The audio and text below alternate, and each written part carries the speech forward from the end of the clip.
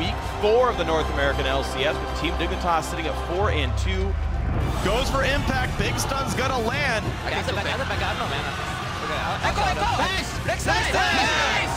The Baron already dies. Oh! Rush can still steal with Flash. Here comes the fight. Maybe this is the battle that Impulse needed. Team Dignitas in sole control of 3rd place. Let's not underestimate our opponents, guys. They're looking for vengeance. Baron kill for CLG. A couple kills picked up as well. Seraph, they're in the middle of the lineup, getting chunked out by Zion Spartan. CLG 6-1. I heard you're famous troll in China. What are you talking about? Yeah, I heard you're famous troll in China. No way. I talked to Uzi I and he said you're troll. Shut up. I carry him.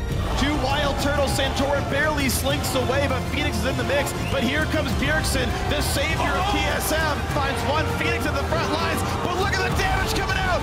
It's only Cardi. Good press. He's done.